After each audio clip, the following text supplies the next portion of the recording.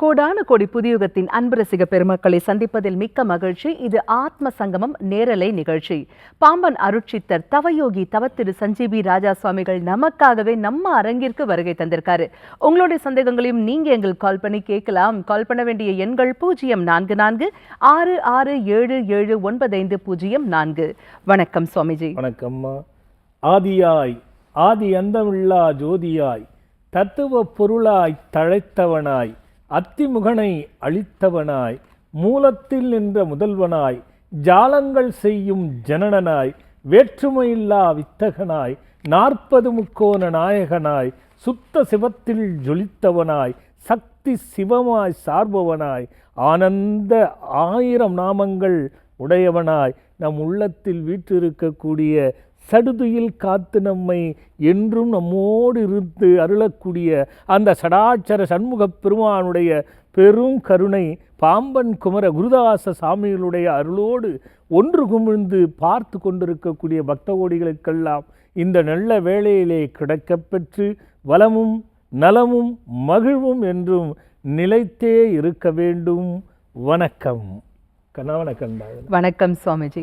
சுவாமிஜி, எனக்கு ரொம்ப நாளாக இந்த சந்தேகம் இருக்கு. அதாவது அந்த காலத்தில் பார்த்தீங்கன்னாக்க நிறைய பேர் சொல்லி கேள்விப்பட்டிருக்கோம், 120 வருஷம் வரைக்கும் கூட நல்ல ஆரோக்கியமாக வாழ்ந்தாங்க அப்படின்னு. அப்புறம் 100 ஆச்சு. இப்போல்லாம் சுவாமிஜி உண்மையாக நம்ம நினைக்கும் போதே பயமாக இருக்கு. 40 தாண்டறதுக்குள்ளேயே பெரும்பாடாக இருக்கு சுவாமிஜி.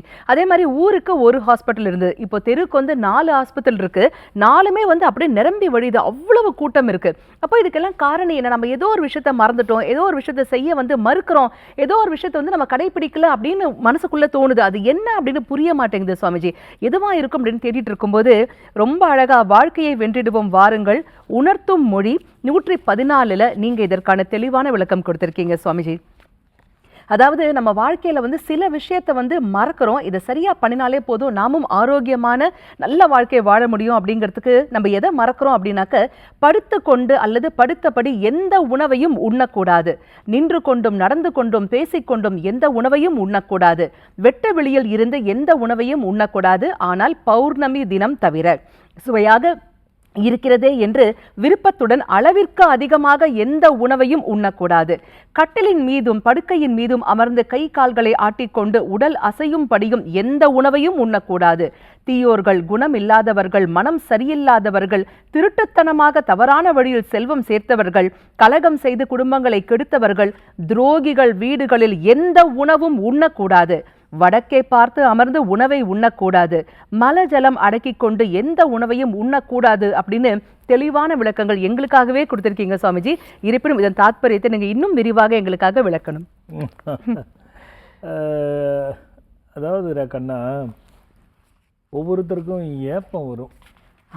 அந்த ஏப்பத்தில் 2 வகை உண்டு. 3வது வகை ஒன்று இருக்கு, அது நான் சொல்றேன். இந்த 2 வகை என்ன தெரியுமா? கடவுளுடைய அந்த படைப்பு அற்புதத்தில் அதிசயத்தில் பல இருக்குது மனிதனோட. அதில் ஒன்று இந்த ஏப்பம். இந்த ஏப்பம்ங்கிறது நீங்கள் பாருங்கள் வரும், பசி எடுக்கும் பொழுது வரும். அப்போ பசி எடுக்கும் பொழுது நீ சாப்பிடாம ஏப்பம் வந்ததுன்னா உடனே உன் வயிற்றுக்கு ஆகாரத்தை கொடுத்துடு, எனக்கு தேவைப்படுதுன்னு கேட்கும். அப்போ நாம் என்ன பண்ணுவோம், ஒரு 5 நிமிஷம் இந்த முடிச்சுட்டு வந்துட்டோன்னா ஃப்ரீயாக உட்காந்து சாப்பிடலாம் அப்படின்னு உள்ளே போயிட்டு 1 மணி நேரம் லேட் பண்ணுவோம், ஏப்பம் அடங்கிடும். சில நேரத்தில் பார்த்தீங்கன்னா நம்ம நல்லா அப்பா ஆராம்ஸாக உட்காந்து சாப்பிட்லாம் அப்படின்னு சாப்பிட்ட உடனே கொஞ்சம் சாப்பிட்டதும் ஏப்பம் வரும். அது என்ன தெரியுமா? போது நிறுத்து, எனக்கு அளவுக்கு அதிகமாக போகிறேன்னு இண்டிகேட் பண்ணுறது ஒரே ஏப்பந்தான். பசியை தூண்டுகிறது ஒரே ஏப்பந்தான், போதுன்னு சொல்லுது. இது 2த்தை கரெக்டாக கையாண்டாங்கன்னா நோய் பெரிதளவில் வராது. ஆனால் கையாளுறது கஷ்டம். இதனுடைய தொகுப்பு தான் அது விரிவு. எதனால் இது வருது? பசியினால் வரும்பொழுது அதை அடக்குவது. வேலை தவறி சாப்பிடுகிறவங்களுக்கு வயிற்றில் பிரச்சனை இல்லாத ஒரு காலமும் இருக்க முடியாது. எந்த வைத்தியம் செய்தாலும் எந்த மருந்தை சாப்பிட்டாலும் அவங்களுக்கு பிரச்சனை வரும், அதில் ஒன்றும் மாற்று கருத்தே இல்லை. இது இன்ற அளவில் நான் நிறைய பேரை பார்த்ததுனால எளிதில் நான் சில விஷயங்களை சொல்லியிருக்கேன். என்னென்னா, ஏதாவது 3 பாதாம் பருப்பு, 3 முந்திரி, பிஸ்தா 3 அளவில் எடுத்துகிட்டு 2 பேரிச்சம்பழம் எப்பவுமே வண்டியில் போகிறீங்கன்னா வச்சுக்கோங்க, இல்லை பையில் வச்சுக்கோங்க. அந்த ஏப்பம் வந்து பசி எடுக்கும்போது இந்த நட்ஸை சாப்பிடுங்க. அதுக்கப்புறம் நீ எப்போ வேணாலும் சாப்பிட்டுக்க, பிரச்சனை இல்லை. அதே மாதிரி சாப்பிட்றதுக்கு முன்னாடி கொஞ்சோண்டு இஞ்சி தோல் சீவி அதை வந்து ஒரு சின்ன டப்பாவில் போட்டு 2 மிளகோடு சேர்த்து போட்டு, ஒரு மிளகு ஒரு துண்டு இஞ்சி வந்து நம்ம ஹோட்டலில் சாப்பிட்றதுக்கு முன்னாடி சூ பண்ண நசக்கி அந்த சாரை மட்டும் உள்ளே சாப்பிட்டால் உணவில் இருக்கக்கூடிய விஷத்தை உடலுக்கு சேர்க்காம பார்த்துக்கோ. அப்போ நோய் இருக்காது அப்படின்றது இப்போ இன்னும் வருங்கால புத்தகங்களில் எழுதுறேன் நான் அதெல்லாம் கூட. ஆக நீங்கள் என்ன பண்ணணும்னா, இது என்ன தொகுப்புக்காக கொடுத்தேன்னா, உதாரணத்துக்கு இன்றைக்கி செல்ஃபோன், நிறைய பேர் சாப்பிடும் போது செல்ஃபோன் பேசிக்கிட்டே தலையை கவுத்துக்கிட்டே சாப்பிடுவாங்க. ஆமாம் சுவாமிஜி. ஒரு குறிப்பிட்ட எங்கள் காலம் எல்லாம் பார்த்தீங்கன்னா வந்ததெல்லாம் 40 வயசுக்கு மேலே நீங்கள் ஜென்ரலாக ரத்த பரிசோதனை பண்ணிடணும், என்னென்ன பிரச்சனை இருக்குது தெரிஞ்சுக்கணும் அப்படிங்கிறத சொல்லுவாங்க. 40 வயசு, முதல்ல 60 வயசு இருந்தது, பிறகு 40 வயசாக மாறிச்சு, இப்போ 30 வயசுலேயே செக் பண்ணிடுன்னு சொல்கிறாங்க. இன்னும் அப்போ 20 வருஷம் பொறுத்து என்ன நடக்கும், 20 வயசுலேயே செக் பண்ணாங்க, குழந்தை பிறகு இந்த நிலைமை வரும். அதுக்கு காரணம் என்னன்னா, கால சூழ்நிலையில் ஒவ்வொருவரும் நடைமுறையில் நடந்துக்கிற விஷயந்தான், அவங்க வாழ்க்கை நெறிமுறைகளை கடைபிடிக்கிற விஷயந்தான். எத்தனையோ பிள்ளைகள் சம்பாதிச்சே ஆக வேண்டும்ன்ற நிர்பந்தத்தில் தள்ளப்பட்டு தூங்குகிற நேரத்தில் வேலையும் வேலை செய்கிற நேரத்தில் தூக்கமும் வச்சுக்கிட்டா இந்த இயற்கையில் சூரிய சந்திரனுடைய ஒளிகள் இருக்கு பாருமா, அதனுடைய சுழற்சியே உடம்புக்கு நோயைத்தான் கொடுக்கும். ஆனால் இன்றைய காலகட்டத்தில் அதை மாற்ற முடியாது. இரவு நேரங்களில் பிள்ளைகள் போய் தொழில் செய்து தான் ஆகணும், வேறு வழி இல்லை. நிர்பந்தத்தில் தள்ளப்பட்டுட்டாங்க. நிர்பந்தத்தில் தள்ளும் பொழுது ஆயுள் கேள்விக்குறியாக ஆயிடுது. இதுதான் விஷயம். ஓரளவுக்காவது இதை கடைபிடிச்சாங்கன்னா பெருமளவில் வராது. அதில் முக்கியமாக குறிப்பிட்டு 2 ஏப்பத்தை நான் முடிவு செய்துக்கணும். மரண காலத்தில் ஒரு ஏப்பம் வரும், அது வாய் வழி உயிர் வெளியிலே போவது. இதை நிறைய பேருக்கு தெரியாது. இந்த ஏப்பத்தில் விளையாடக்கூடாது. இந்த ஏப்பங்களை யார் நிராகரிக்கிறாங்களோ அவங்க குறுகிய காலத்தில் ஆயுள் முடிஞ்சு வாய் வழியாக ஏப்பம் விட்டு மரணம் அடைவாங்க. அதனால தான் நோய்க்கு ஒரு முன்னெச்சரிக்கையாக இதை கொடுத்தேன். இதில் யார் கடைபிடிக்காமல் இந்த புத்தகத்தில் படித்து கடைபிடிக்காமல் இருக்காங்களோ, நீங்கள் படித்ததை அவங்கெல்லாம் பாருங்கள், சாதாரணமாகவே அவங்களுக்கு ஏப்பம் அதிகமாக வந்துக்கிட்டு இருக்கும். நாம் கூட பார்க்கலாம், என்ன அது சாப்பிட்டா தான் வருது, சாப்பிட்லன்னா வருது, கரெக்டு, எனக்கு எப்போ பார்த்தாலும் வருதுன்னு சொல்கிறவங்க இருப்பாங்க. இவங்கள்லாம் இந்த நெறிமுறையில் சேர்ந்தவங்க, இதை கடைபிடிக்காமல் மாட்டிக்கிறது. அதனால் இதை ஓரளவுக்கு கடைபிடித்தா பெருமளவில் தவிர்க்கலாம். முதல்ல ஒரே விஷயந்தான் இதன் மூலிமா நான் சொல்கிறது, வயிற்றில் காற்றை விடக்கூடாது, அவ்வளோதான். வயிற்றில் காற்றை விடக்கூடாதுன்னா நீங்கள் வேலை தவறுனீங்கன்னா காற்று உள்ளே போயிடும். அந்த காற்று உள்ளே போயிடுச்சுன்னா தேவையில்லாமல் பிரச்சனைகளை ஏற்படுத்தும். இதை செய்து வேலைக்கு அது என்ன பசி எப்படி எடுக்குது, இந்த உணர்வை கொடுக்குறானே ஆண்டவன், அது எப்படி முடியும்? எத்தனை பேர் பசி இல்லாமல் அவஸ்தைப்படுறாங்க? பசிக்காது, எல்லா சோறும் இருக்கும், பசிக்காதே சாப்பிடுவாங்க, பசிக்காதே, அதுவும் ஒரு பெரிய நோயாக போயிடும். சில பேர் நேரத்துக்கு சாப்பிடணும் அப்படின்னு வச்சு அந்த நேரம் பசிக்குதோ இல்லையோ ஏதாவது ஒன்று சாப்பிட்டுருவாங்க. அவங்க கரெக்டாக இருப்பாங்க, அவங்களுக்கு பெருசாக நோய் இருக்காது, அவங்களுக்கு வந்து பெருசாக நோய் இருக்காது. அப்படி கரெக்டாக சாப்பிட்றவங்க போதை வஸ்துகளில் ஈடுபட்டாங்கன்னா கம்பெனி பொறுப்பல்ல. அதே நான் சொல்லிடல, நான் எல்லாம் கரெக்டாக தான் சாப்பிட்றேன், எனக்கு பிரச்சனை இருக்குன்னா வேற நெறிமுறைகளில் தவறு பண்ணும்போது அதுவும் பிரச்சனை தானே. அதனால நம்ம அதுக்கு உஷாராக சொல்லிடணும், பெருமளவில் காற்றை விடக்கூடாது, அவ்வளோதான்டா கண்ணு. அதோட தொகுப்பு தான் இதை பார்த்து பயன்படுத்திங்கன்னு சொன்னது. சூப்பர் சாமிஜி. அதாவது ஏப்பம் அப்படின்னு நம்ம சும்மா சாதாரணமா நினைக்கிறோம், அதுக்கு பின்னாடி இவ்வளோ விஷயங்கள் இருக்கு அப்படின்னு தெளிவான விளக்கம். நிச்சயமா சாமிஜி. நோய் நாடி நோய் முதல் நாடின்னு சொல்லுவாங்க. Prevention is always better than cure இல்லைங்களா? ஸோ நமக்கு வந்து எந்த நோய் நொடியும் இல்லாமல் நல்ல ஆரோக்கியமா நம்மளும் வந்து அந்த காலத்தில் நம்முடைய முன்னோர்கள் வாழ்ந்த மாதிரி 120 முடியாட்டியும் அட்லீஸ்ட் ஒரு 80வது தொட்டு பார்க்க முடியும் அப்படின்னாக்க அதற்கு இதெல்லாம் பண்ணணும். இன்னொரு விஷயம் இருக்குமா கண்ணு, அப்பெல்லாம் வந்து கிரைண்டர் கிடையாது, அப்பெல்லாம் நொய் கிடையாது, அப்பெல்லாம் காலையில் வெடிகாலம் சாணி இருந்து முழுகு எல்லாம் தொடப்பம் எடுத்து பெருக்குனாங்க. இப்பெல்லாம் வேக்கம் கிளீனர் சைன் அடிக்கிறாங்க, அது ஆட்டோமேட்டிக் ரிமோட் கண்ட்ரோல் வந்துருச்சு சாமிஜி. அப்போது நீங்கள் உடம்புக்கே வேலை கொடுக்கல, ஆனால் சாப்பிட்றோம், அது பிரச்சனை பண்ணத்தானே செய்யும். எளிதில் எது நூதன சாதனங்கள் வருதோ அதில் நல்லவைகளும் இருக்குது, கெட்டவைகளும் இருக்குது. எஸ் சாமிஜி, தெளிவான விளக்கங்கள் கொடுத்தீங்க சாமிஜி. சிந்திக்க வைக்கக்கூடிய சிறப்பான விளக்கம் அப்படின்னே சொல்லணும்.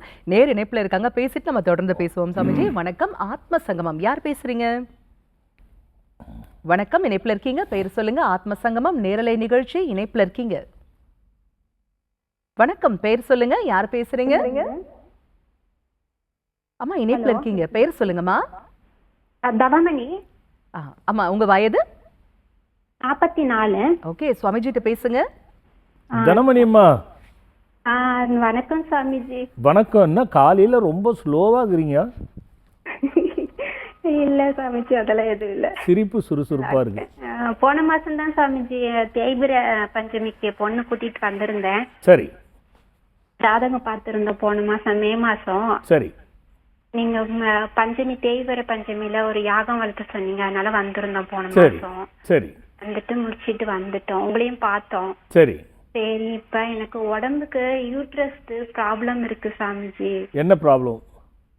அது டேட் வந்து 5 நாள் ஆன வாட்டியும் கொஞ்சம் கொஞ்சமா போயிட்டே இருக்கு சாமிஜி. டேட் ஆகிற டைம்லயும் வலியும் இருக்கு, வயிறு வலி. அப்புறம் சரின்னு டாக்டர் பார்த்துட்டு ஸ்கேன் எடுக்க சொன்னாங்க.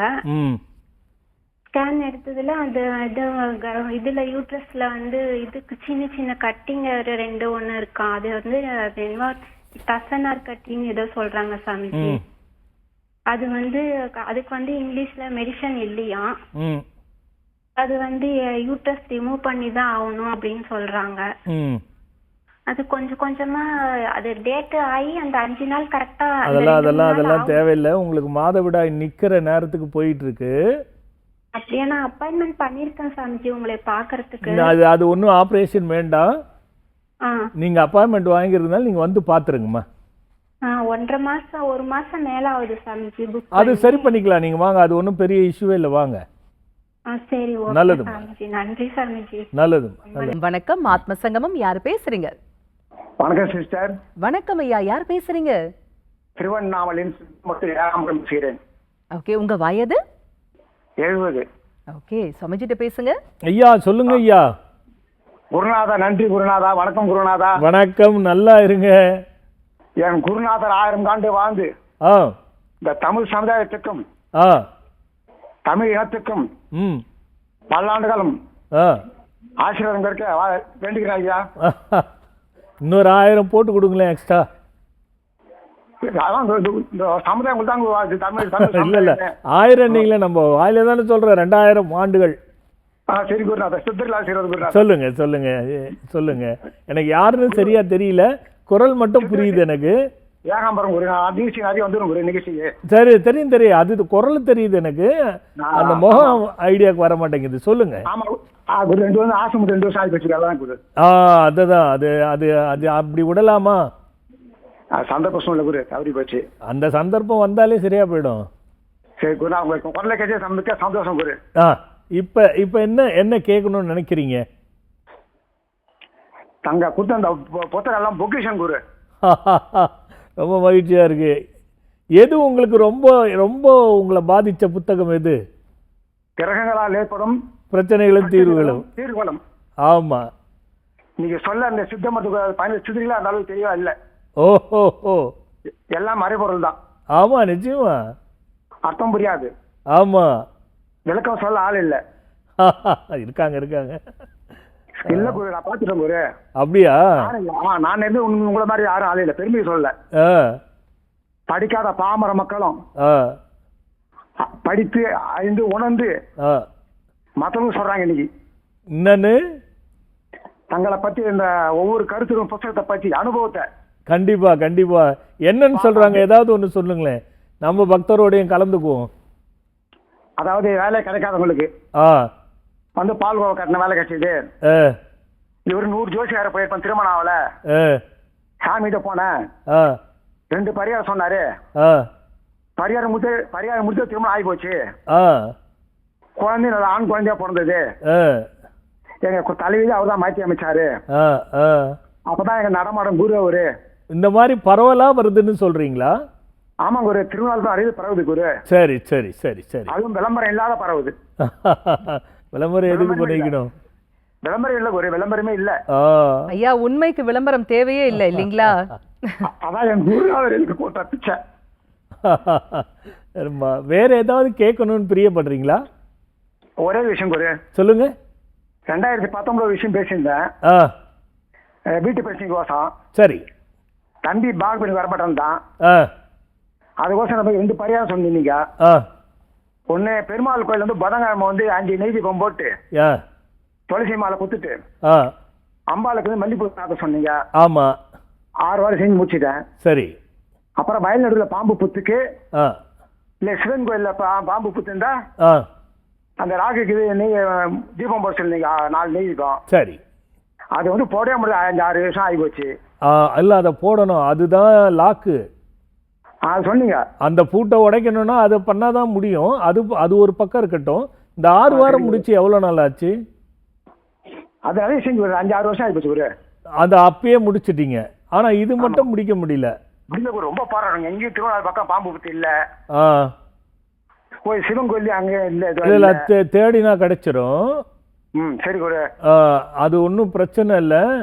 ஆ அதுக்கு ஓம் சம் வம்ச வம்ச குரு குரு வர வர ஸ்வாஹா இந்த மந்திரம் யூடியூப்ல வந்துடும். சரிங்க குரு. இதை சொல்லிக்கிட்டே இருங்க, அந்த பரிகாரம் பண்றதுக்கு வழி வந்துடும். சரிங்க குரு. சரிங்களா? ஒரு சரி, ஒரே ஒரு ஆசீர்வாதம் குரு. நல்ல குறையில்லாத நிறைவோடு நல்லா இருங்க. என்ன வேணும்? ஒரே நிமிஷம் குரு. சொல்லுங்க. இந்த அடியாரம் உடம்புல இருக்கு வரைக்கும் உங்கள் அருளும் ஆசீர்வாதத்தால அறிவோடும் ஆரோக்கியம் வாழ்ந்த அருள் குரு. ஒரு ஆசீர்வாதம் குரு. நீண்ட ஆயுளும் நெடுஞ்செல்வமும் மகிழ்வோடு நிறைவும் இருக்கட்டும். சாமி குரு. ஒரு பையன் பாப்பா ஒரே நிமிஷம் பேச ரொம்ப பாப்பா ஒரே நிமிஷம் குரு. பாப்பா சாமி குரு பேசுறாரு. குரு பேசுறாரு. ஹலோ ஹலோ சாமி, நல்லா இருக்கீங்க? நல்லா இருக்கேன்டா கண்ணா. சொல்லுடா கண்ணா. ஆல்ரெடி பேசணும் சாமி, வேலை விஷயமா. கிடைச்சிருச்சா? இன்னும் கிடைக்குங்க சாமி, அது விஷயமா கேட்கலாம். முடிச்சிட்டியா? முடிச்சிட்டேங்க சாமி. பிகாம் முடிச்சிருக்கேன். இன்னும் எங்கேயும் சரி, ஒரே முறை நம்ம ஆசிரமத்துல 10 அகல் விளக்கு வாங்கிக்கடா கண்ணா. வெத்தலை பாக்கு பூப்படம் வாங்கிக்க. ஒரு புது துணி வாங்கிக்க. 7ஆம் நம்பர் தூண் இருக்கும். அங்க அப்படியே வாங்கிட்டு வந்து மஞ்சள் தண்ணி தெளிச்சு அந்த தூணு கீழே வச்சுடு. அந்த துணி போட்டு உட்கார்ந்து அந்த மந்திரம் எவ்வளவு முடியுமோ அவ்வளவு சொல்லிட்டு அப்படியே அந்த விளக்கை எடுத்துட்டு போய் நம்ம அங்க நவமாத்திரையில் இருக்கிற இடத்துல வச்சு தீபம் போட்டுட்டு முருகனுக்கு ஒரு அர்ச்சனை பண்றா கண்ணு. இது சரியா போயிடும். 1 ஒரு வளர்ப்புறை சதுர்த்தியில பால்கோவா காப்பு கட்டணும் நம்ம விநாயகருக்கு. இது 2ம் பண்றா கண்ணு, உனக்கு வேலை கிடைச்சிரும். நல்லதுரா கண்ணு. அழைப்பிற்கு நன்றிமா. சுவாமிஜி அவங்க ஆசீர்வாதம் கேட்டாங்க, அதை மட்டும் பண்ணிடுங்க. ஹலோ, அவங்க இணைப்புல இல்ல, ஆசீர்வாதம் நீங்க பண்ணிடுங்க சுவாமி. கண்ணா நல்லா இருடா. ஓகே, சந்தோஷமா. அழைப்பிற்கு நன்றிமா. வணக்கம் ஆத்மசங்கமம். யார் பேசுறீங்க? ஹலோ வணக்கம், யார் பேசுறீங்க? நான் கோயம்புத்தூர்ல இருந்து செல்வி. செல்விமா, உங்க வயது? எனக்கு 55 வயசு ஆச்சுங்க மேடம். ஓகே, சுவாமிஜிட்ட பேசுங்க. செல்வியம்மா சொல்லுங்க. அப்பா நமஸ்காரப்பா. நமஸ்காரம்மா. அப்பா, என் பையனை பிள்ளைகள மருமகனை பேர பிள்ளைகள எல்லாம் ஆசீர்வாதம் பண்ணுங்கப்பா முதல்ல. குடும்பத்தோட எல்லாரும் நல்லா இருங்க. அப்பா, நானு பையனுக்கு 26 வயசு 99ல பிறந்தாப்பா. சரி. வந்து நான் பக்கத்தை தேர்ந்தெடுங்கல்ல, அதை எடுத்து பார்த்தப்பா, பொண்ணு பார்க்க போலாமான்னு. சரி. 3 மாசம் கழிச்சு பாருங்கன்னு சொன்னிச்சுப்பா. 3 மாசம் ஆயிடுச்சுங்கப்பா. சரி.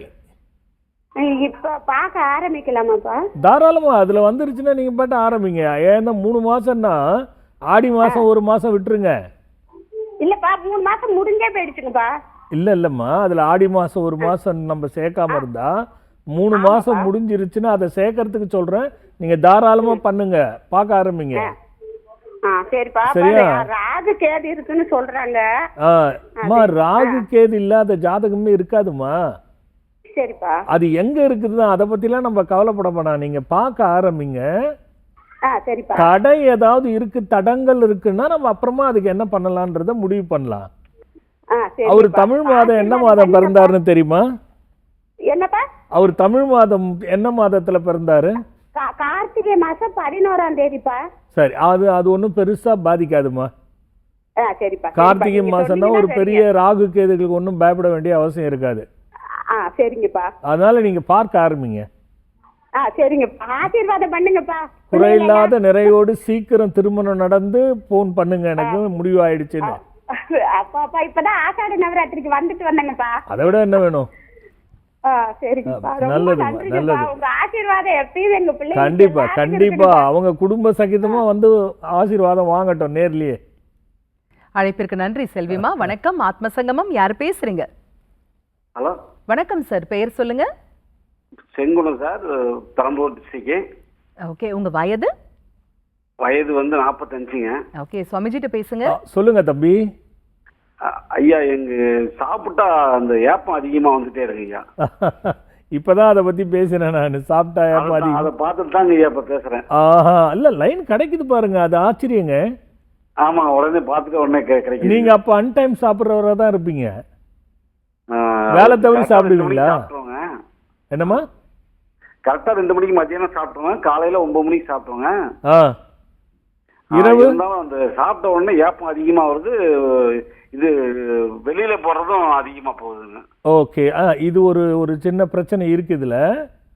சரிங்க சார். இதுல 2 சந்தேகத்தை கேட்கிறேன் நான். எப்பயாவது படுத்துக்கிட்டு இருக்கும்போது கட்டில்ல இருந்து கீழே விழுந்தது, அல்லது வெளியில போயிட்டு உட்கார்ந்த மாதிரி விழுந்தது ஏதாவது இருந்ததா? நான் சொல்றது 2 வருஷம், 3 வருஷம், 5 வருஷத்துக்கு முன்னாடி.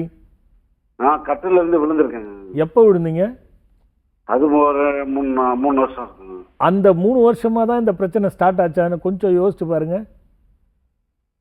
ஆமாங்க, ஆமா, அது ஆமாங்க, அப்பதான். கரெக்டா? ஆமாங்க, அதுல. ஓகே, ஒன்றும் பிரச்சனை இல்லை. முஸ்தகா அரிஷ்டம். சரி. இது நாட்டு மருந்து கடையில் கிடைக்கும் ஆயுர்வேதா மருந்து. முஸ்தகா அரிஷ்டம். அதிர்ஷ்டம். ஆமா, இது வந்து ஆகாரத்துக்கு முன்னாடி 3 மூடி மருந்து, 6 மூடி தண்ணி கலந்து 3 வேளைக்கு சரி இதை எடுத்துக்கோங்க. ஜீரகாதி அரிஷ்டம். சீரகத்தை ஞாபகம் வச்சுங்க, சீரகாதி அரிஷ்டம். இது வந்து ஆகாரத்துக்கு பிறகு 3 மூடி மருந்து, 6 மூடி தண்ணி கலந்து எடுத்துக்கோங்க. திரிபலா சூரண மாத்திரை. இது காலைல 2 மாத்திரை, நைட்டு 2 மாத்திரை, எப்படி வேணாலும் போடலாம். ஆகாரத்துக்கு முன்னாடியும் போடலாம், பின்னாடியும் போடலாம்.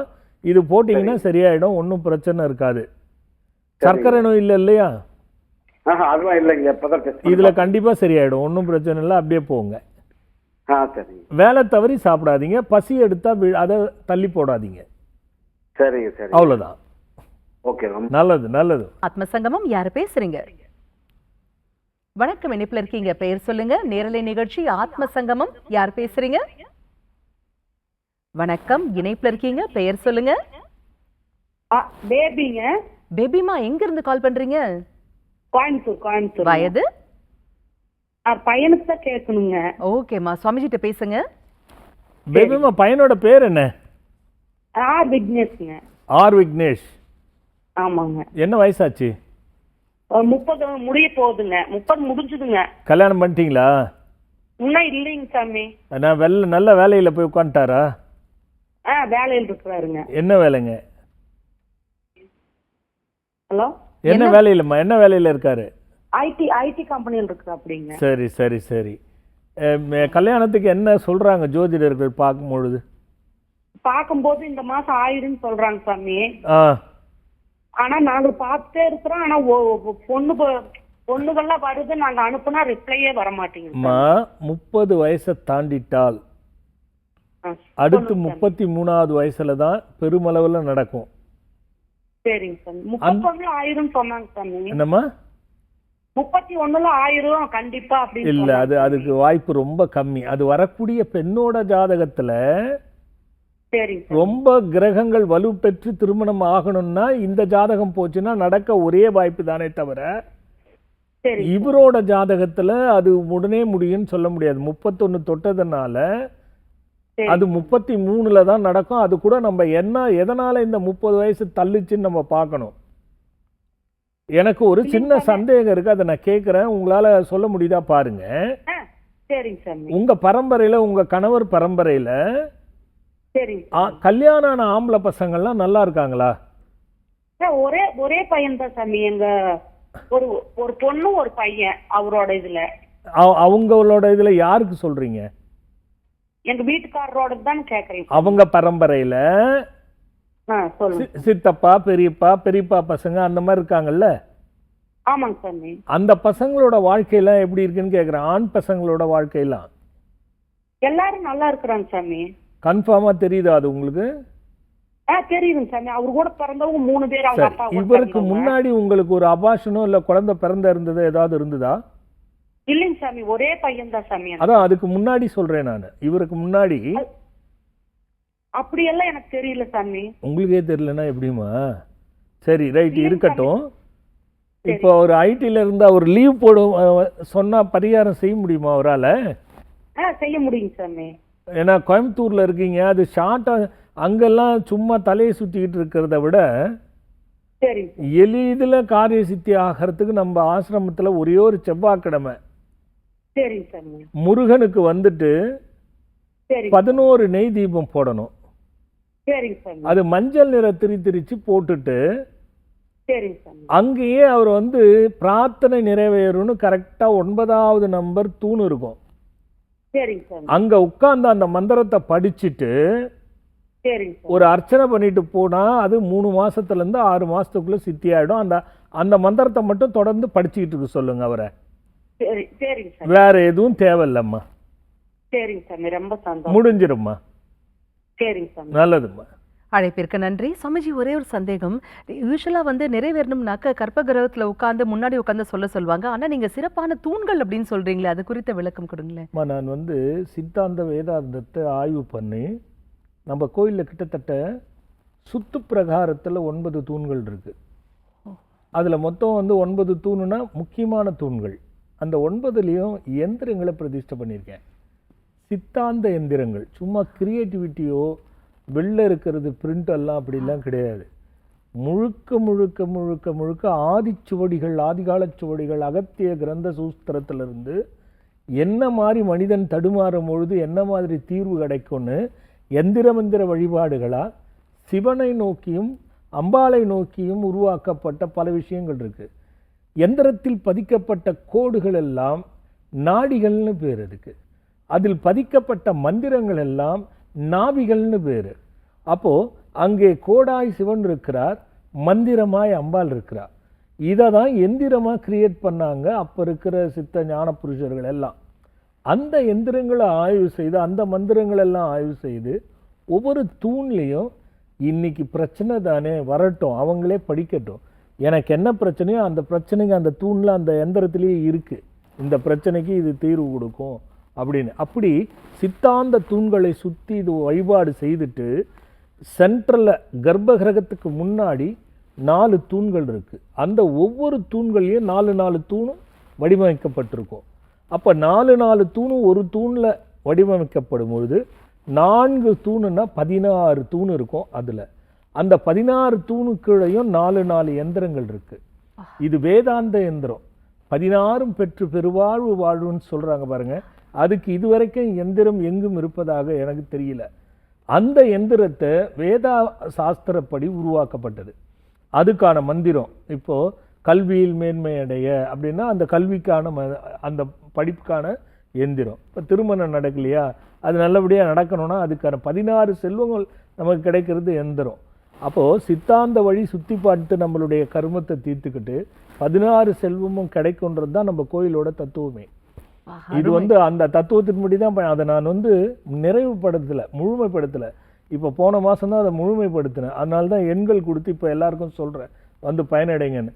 இது 3-5 வருட காலங்களாக அதுக்கான ஏற்பாடு பண்ணிக்கிட்டு இருந்தேன். அதை உரு கொடுக்கறது, பிரயோகப்படுத்துறது, அதுக்கு சக்தி ஊட்டுறது, அது எல்லாம் நிறைவு பெற்றதுனால இப்போ சொல்கிறேன். அதுதான்டா கண்ணாது கூட அர்த்தம்.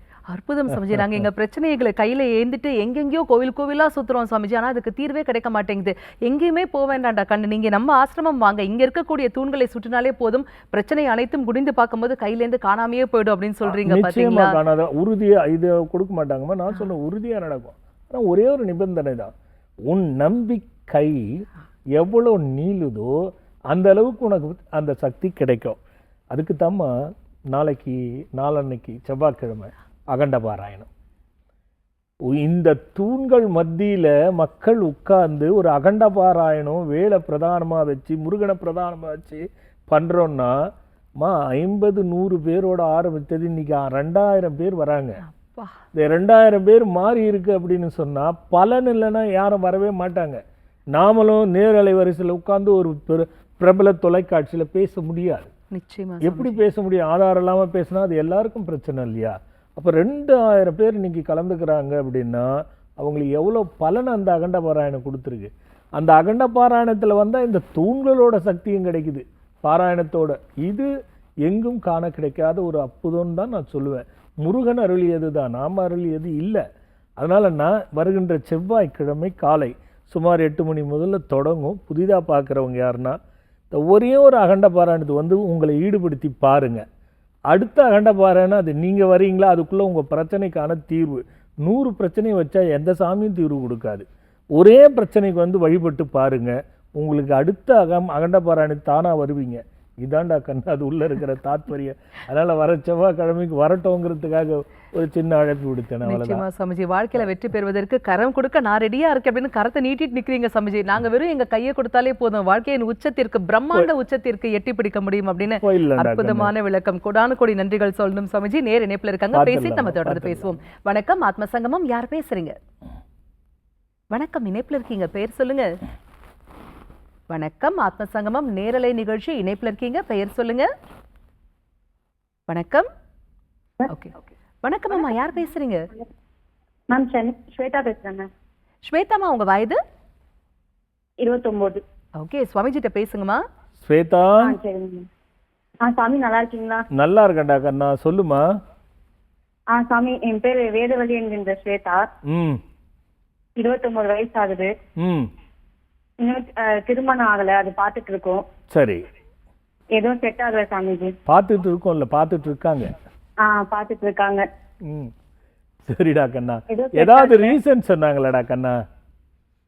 இல்ல, ஜாதகம் எல்லாமே நல்லாதான் இருக்குன்னு சொல்லி சொன்னாங்க.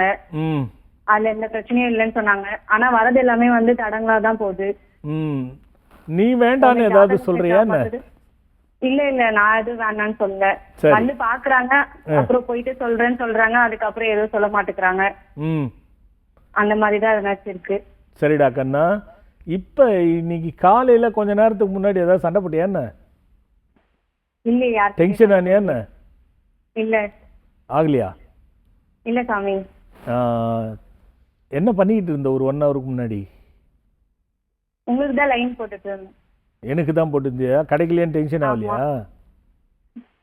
இல்ல, கிடைச்சிரும் நினைச்சிட்டே இருந்தேன். ஆனா அதுக்கேத்த மாதிரி கிடைச்சிருச்சு. இப்பதான் நான் ட்ரை பண்றேன். நம்பிக்கை என்னைக்கும் ஜெயிக்கண்டா கண்ணு. நம்பிக்கை தோக்கவே தோக்காது. சரி, நம்ம வீட்டுல உட்காந்துக்க. வெள்ளிக்கிழமை 7 வெத்தலை எடுத்துக்க. ஒவ்வொரு வெத்தலையிலையும் ஸ்ரீம்னு எழுது. அது மேல ஒரு அகல் தீபம் வையே. மஞ்சள் நிற திரியை போடு. ஒவ்வொரு தீபமும் ஏற்றும் பொழுது ஓம் ஐம் கிளீம் சாமுண்டாய வீச்சே அப்படின்னு சொல்லி தீபம் ஏத்து. அந்த தீபம் முன்னாடி ஒரு துணி போட்டுக்கோ. பால் பாயாசம் தயிர் சாதம் வச்சுக்கோ முன்னாடி வாழை இலையில. அவர் அந்த துணியில உட்கார்ந்துக்கோ. ஓம் ஸ்ரீம் ஐம் கிளீம் ஸ்ரீ திரிபுரா சுந்தரி விவாக மாதங்கி நமஸ்துப்யம் நமஸ்துப்யம் இந்த மந்திரத்தை எவ்வளவு முடியுமோ அவ்வளவு சொல்லு. அப்புறம் தீபார்த்தனை காமிச்சு அந்த தயிர் சாதத்தை நீயும் சாப்பிடு. கொஞ்சம் எடுத்துன்னு போய் அதே மந்திரத்தை சொல்லி பசுவுக்கு கொடு. கண்ணா, 7 வெள்ளிக்கிழமை செய்யறதுக்குள்ள உனக்கு முடிவாயிடும். 7 வெள்ளிக்கிழமை? ஆமா, சரியா? சரிங்க சாமி. நல்லது. உனக்கு புரியலன்னா யூடியூப்ல வந்துடும், பாத்துக்கோ. சரிங்க சாமி. நல்லதுடா கண்ணு. மேம், நான் தஞ்சாவூர்ல இருந்து பேசுறேன் மேம். தஞ்சாவூர்ல இருந்து யாருமா பேசுறீங்க? கவிதா மேம். கவிதாமா, உங்க வயது? எங்க வீட்டுக்காரக்காண்டி கேட்கணும் மேம். ஓகேமா, அவருடைய பெயர் மற்றும் வயது சொல்லுங்க. பழனியப்பன், 45 வயசு மேம். ஓகேமா, சமைச்சிட்டு பேசுங்க. சொல்லுங்கம்மா, என்னம்மா அவருக்கு பழனியப்பனுக்கு? சாமிஜி, அவங்க ஜூஸ் கடை வச்சிருக்கா சாமிஜி. சரி. அவங்க கடைக்கே போக மாட்டேங்கிறாங்க. வந்து கடையை போட்டு வந்து வீட்லயே இருக்கா சாமி. ஐயா, ஏன்? அதுதான் சாமி, கால் வலின்னு உடம்பு சரியில்லைன்ட்டு வீட்டுல இருக்காங்க. அப்ப கடையை யார் பாத்துக்கிறா? இங்க ஒரு பையன் இருந்தாங்க சாமி, அந்த பையன்கிட்ட விட்டுட்டு வந்து இங்க இருக்கிறாங்க. சரி சரி. அவங்க அம்மா இருக்காங்களா, உங்க மாமியார்? இல்ல இல்ல சாமி, இறந்துட்டா. எவ்வளவு வருஷம் இருக்கும் அவங்க இறந்து? அவங்க 20 வருஷம் இருக்கும் சாமி. ஓகே. இவருக்கு ஏதாவது கடன் நிறைய ஆச்சா? ஆமா சாமிஜி, கொஞ்சம் கடன் இருக்கு சாமிஜி. அந்த கடன்காரங்க யாருன்னா வந்து இவர் கடையாண்ட ப்ரெஷர் கொடுத்தா பயப்படுறாரா? இல்ல சாமிஜி, அவங்களுக்கு ஏத்தாப்புல ஆப்போசிட்ல ஒரு கடை போட்டு உங்களை ரொம்ப டார்ச்சர் பண்ணி கடை எடுக்க சொன்னாங்க சாமிஜி. நான் அப்புறம் வந்து சிங்கிங் டாலரை வாங்கி போட்டு அங்க கொஞ்ச நாள் இருந்தா சாமிஜி. சரி. இப்ப மறுபடியும் வந்து வீட்டுல இருக்கிறாங்க, அன்னைக்கு சண்டை போட்டுக்கிட்டே இருக்காங்க. சரி. அதான் சாமிஜி ரொம்ப கஷ்டமா இருக்கு. ஆமா, 2 விஷயம். இதுக்கான காரணத்தை முதல்ல கண்டுபிடிக்கணும். சரிங்க சாமி. அவருக்கு நேரம் ஒரு பக்கம் இருக்கட்டும், அவருக்குள்ளுக்குள்ள அவங்க ஏதாவது செஞ்சிட்டாங்களான்ற பயம் இருக்கா, இல்ல செஞ்சிடுவாங்கங்கிற பயம் இருக்கா, இல்ல அவருக்கு வந்து உண்மையிலேயே உடம்பு முடியலையா, இல்ல அந்த கடையில ஏதாவது வாஸ்து பிரச்சனை இருக்கா, இதெல்லாம் நம்ம தெரியாம இதுக்கு ஒரு முடிவு எடுக்க முடியாது. நீங்க பொதுவா என்ன பண்ணுங்க, ஒரு விக்ரம் மாயா வாங்கிட்டு கடையில மாட்டிட்டு, இப்ப சிங் எந்திரம் வாங்கியிருக்கீங்களா? வாங்கியிருக்கேன் சாமி. எந்திரமா டாலரா? டாலர் போட்டிருக்காங்க சாமிஜி. ஒரு சிங் டாலர் போட்டிருக்காங்க. விக்ரமாயா ஒண்ணு வாங்கி டிராக்டர்ல ஒண்ணு வச்சிருந்தோம் சாமிஜி. அது போன நேற்று உழுகும் போது அப்படியே உடஞ்சு போச்சா சாமிஜி. அதான் எனக்கு சந்தேகமே அதுலதான் இருக்கு. நீங்க இன்னொரு விக்ரமாயா வாங்கி மாட்டிட்டு அவரை ஒரு முறை நேரில் கூட்டுவாங்க. ஒரு முழு தீர்வு எடுக்கணும்னா நம்ம நேரில் ஒரு முறை பார்க்கறது தான் நல்லது. எதனால சொல்றேன்னா, உங்க குடும்பத்திலேயே என்ன ஆகுதுன்னா 2 வருஷம் நல்லா போனா அடுத்து பிரச்சனை வந்துடும். திருப்பியும் 2 வருஷம் நல்லா போச்சுன்னா திருப்பியும் பிரச்சனை வரும். ஒரு காலமும் 2 பேரும் உட்கார்ந்து ஒரு 5 நிமிஷம் அன்பா கணவன் மனைவியா பேசுவீங்களான்னா பேசவே முடியாது. சண்டை தான் முடியும். இதெல்லாம் பிரச்சனை இருக்குடாக்கன்னா அதை நம்ம முழுமையா கருவ இருக்கணும்னா நேர்ல வந்து பாத்துருங்க. நல்லதும்மா. அழைப்பிற்கு நன்றி. வணக்கம், ஆத்மசங்கமம். யார் பேசுறீங்க? ஹலோ, வணக்கம் அம்மா, பெயர் சொல்லுங்க. நாங்க உடுமலைப்பேட்டை பக்கம் ராமநாதபுரம்ங்கிற கிராமத்துல பேசுறீங்கம்மா. ஓகே, வயதுமா? எனக்கு 56 இருக்குங்கம்மா. ஓகேம்மா, சுவாமிஜிட்ட பேசுங்க. இந்த ப்ரோக்ராம் நான் பாக்குறேங்க. ஓகே, ரொம்ப சந்தோஷமா. சுவாமிஜிட்ட பேசுங்க. சொல்லுங்கம்மா. சாமி வணக்கம் சாமி. வணக்கம்மா. இன்னைக்கு தான் உங்களை ஃபர்ஸ்ட் டைம் பார்த்தேன். ஃபர்ஸ்ட் டைமே லைன் கிடைக்குதுன்னா கடந்த 3 வருஷமா ரொம்ப கஷ்டப்பட்டுட்டு இருப்பீங்க. எல்லாமே பிரச்சனை, நம்பி நம்பி மோசம் போன, என்ன யாரும் புரிஞ்சுக்க மாட்டாங்க, சண்டை தான் நடக்கும். இதுல உடம்பும் ஒரு பக்கம் படுத்திக்கிட்டு இருக்கும். இதெல்லாம் தீர்வே இல்லையா, இது யாருன்னா செஞ்சிட்டு இருப்பாங்களான்னு பயத்துக்குள்ள மனசுக்குள்ள ஓடிக்கிட்டு இருக்கும். அது இருந்தாலும் பையனுக்கு பொண்ணு பார்த்து வர நானே சொல்றேன் அந்த பயம் ஓடிட்டு இருக்கும். இது ஒரு பக்கம் போதா, ஒரு பக்கம் எந்த சுபகாரிய முயற்சி பண்ணாலும் நடக்காது. தடுங்கலை தான் ஆகும். நடக்கிற மாதிரி கிட்ட போகும், ஆனா தடுங்கலாயிடும். அது கல்யாணமாகட்டும், தொழிலாகட்டும், வியாபாரமாகட்டும், உத்தியோகமாகட்டும், எல்லாத்துக்குமே இதான் விதி. ஆண்டவன் சொல்றான், உனக்கு தீர்வு கொடுக்கக்கூடிய நாள் வந்துருச்சு, அதனால நீ போன் பண்ணிக்கிட்டே இருன்னு உங்களுக்கு லைன் கிடைச்சிருச்சு. அதுக்காக சொல்ல வந்தேன். சொல்லுங்கம்மா. ரொம்ப சந்தோஷம், உங்க ஆசீர்வாதமே எங்களுக்கு. நிச்சயமாமா. அவருக்கு கல்யாணம் தானேமா பிரச்சனை? என்ன வயசாச்சு அவருக்கு? 28 முடிஞ்சு 29 பிறந்திருக்குதுங்க. எந்த ஊர்ல இருந்து பேசுறீங்கம்மா? எந்த ஊர்ல இருந்து பேசுறீங்க? நான் உடுமலைப்பேட்டை மட்டும் குறிச்சிக்கோட்டை ராமாயணமும் ஒரு சின்ன கிராமம் சாமி. சின்ன கிராமம். அந்த கிராமம் வர வழியில புத்து கோயில் தாண்டி வரணுமா? புத்து கோயில் மாரியங்கோயில். அதான், அதை தாண்டி தான் வரணும். ஆமாங்க சாமி. சரி, சொல்லுங்கம்மா. சாமி சொல்லுங்கம்மா. அவருக்கு என்ன, எதனால, என்ன வயசாச்சு அவருக்கு? 28 முடிஞ்சு 29 பிறந்து 2 மாசம் ஆச்சு. சரிம்மா. எவ்வளவு நாளா வரன்னு பாத்துக்கிட்டு இருக்கீங்க? 27 பாக்குறேங்க சாமி. சரிம்மா. அதுவும் தடுங்கல் ஆகிட்டே இருக்கா? வருதாங்க சாமி. ஆனா செவ்வாய் இருக்கனால லேட் ஆகும் மட்டும் சொல்றாங்க. வேற என்ன செவ்வாய் இருக்கு? 8ல செவ்வாயும் சூரியனும் சேர்ந்து இருக்கிறனால லேட் ஆகும் சொல்றாங்க சாமி. அதை அப்படி நம்ம எடுத்துக்க கூடாதுமா. அது மாதிரி நம்ம மொத்தமே சொல்லிட முடியாது.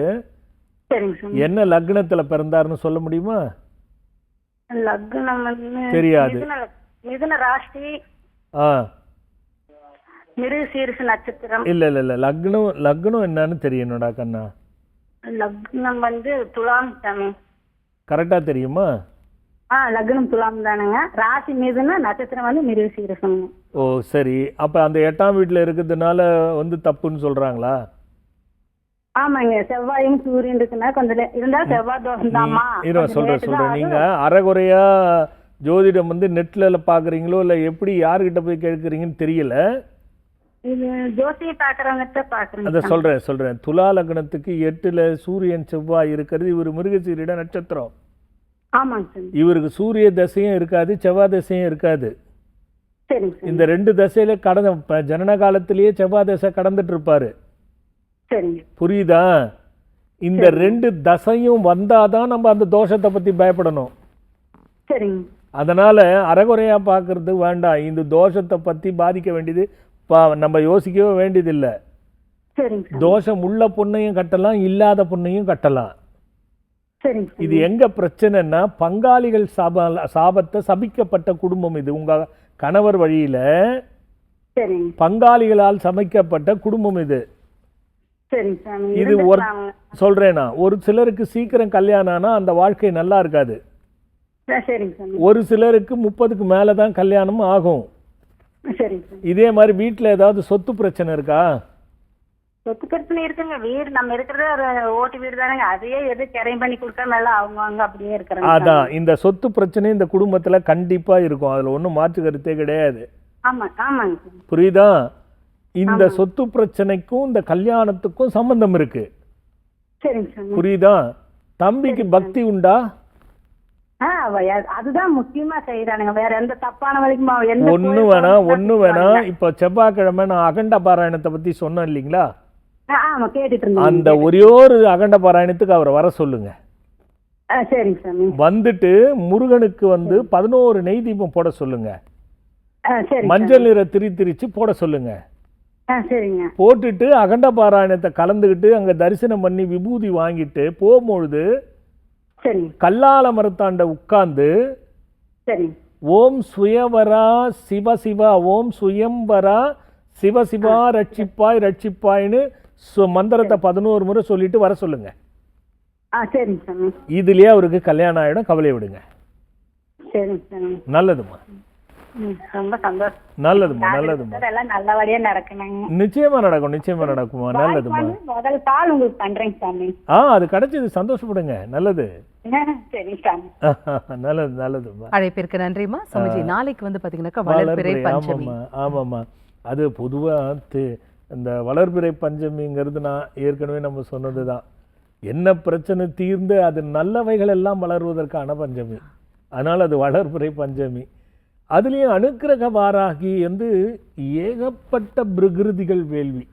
அந்த பிரகிருதி வேள்விகள் பண்ணி அனுக்கிரக வாராகியினுடைய தன்மையில் அங்கே அவ்வளோ ஒரு அந்த சன்னிதானத்தில் நின்னாலே நிறைய பேர் என்கிட்ட சொல்கிறது, சாமி ரொம்ப வைப்பாக இருக்குது சாமி, ரொம்ப வைப்ரேட்டாக இருக்குது சாமி. உள்ளே வந்தாலே மனம்பாரம் போய் என்கிட்ட சொல்கிறது, நான் சொல்லலை, என்கிட்ட சொல்கிறத உங்களுக்கு பகிர்ந்துக்கிறேன், அவ்வளோதான்.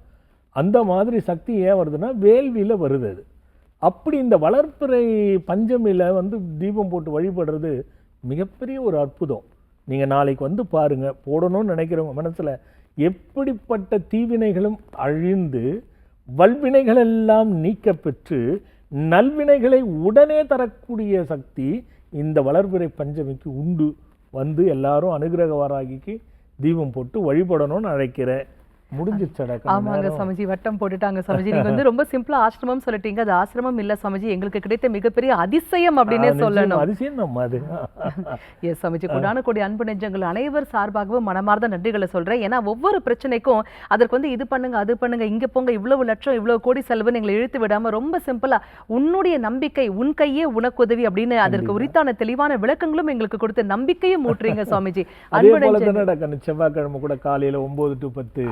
ஆமாங்க சுவாமிஜி, நிச்சயமா அது கிடைத்த மிகப்பெரிய வரம் என்றே சொல்ல வேண்டும். ஏன்னா நிறைய பேரால நிகழ்ச்சிக்கு கால் பண்ணிருப்பாங்க, அவங்களுக்கு லைன் கிடைச்சிருக்காது. உங்களுக்கான ஒரு பொக்கிஷம் இருக்கு. இப்ப சுவாமிஜிக்கு நன்றி சொல்லிட்டு நான் நம்பர் சொல்றேன், நிச்சயமா நோட் பண்ணிக்கோங்க.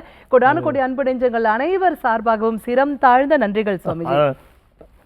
சமஜி இது கடவுள நான் ஒரு கேள்வி கேட்டேன், அதாவது எந்தெந்த ராசி நட்சத்திரத்தில் பிறந்தவர்கள் என்னென்ன செய்யலாம் செய்யக்கூடாதுன்னு நேரமின்மை காரணமாக இந்த நிகழ்ச்சியில பேச முடியல. அடுத்த நிகழ்ச்சியில் நீங்க எங்களுக்காகவே விளக்கம் கொடுக்கணும் சாமிஜி. மீண்டும் ஒரு முறை நன்றிகள். நல்லது. நேர்களே, சுவாமிஜி சொன்ன மாதிரி இந்த நிகழ்ச்சிக்கு நிறைய பேர் ட்ரை பண்ணிருப்பீங்க. சில பேர் வந்து எங்களுக்கு லைன் கிடைச்சிருச்சு, இப்போ அம்மா கால் பண்ணாங்க இல்லையா, ஒரு தடவை பண்ண உடனே கிடைச்சிருச்சுன்னு அந்த மாதிரி ரொம்ப சந்தோஷத்துல இருப்பீங்க. ஆனா பல பேர் வந்து எவ்வளவு நேரங்க கால் பண்றோம், லைனே எங்களுக்கு மட்டும் கிடைக்க மாட்டேங்குது அப்படின்னு ஒரு குட்டி வருத்தத்தோட கோவத்தோட இருப்பீங்க. உங்களுக்கான வரம் போன்ற விளக்கம் கொடுக்குறேன், நோட் பண்ணிக்கோங்க. ஒவ்வொரு செவ்வாய்க்கிழமை காலை 9 மணி முதல் 10 மணிக்குள்ள நீங்க நான் சொல்ற நம்பருக்கு கால் பண்ணுங்க.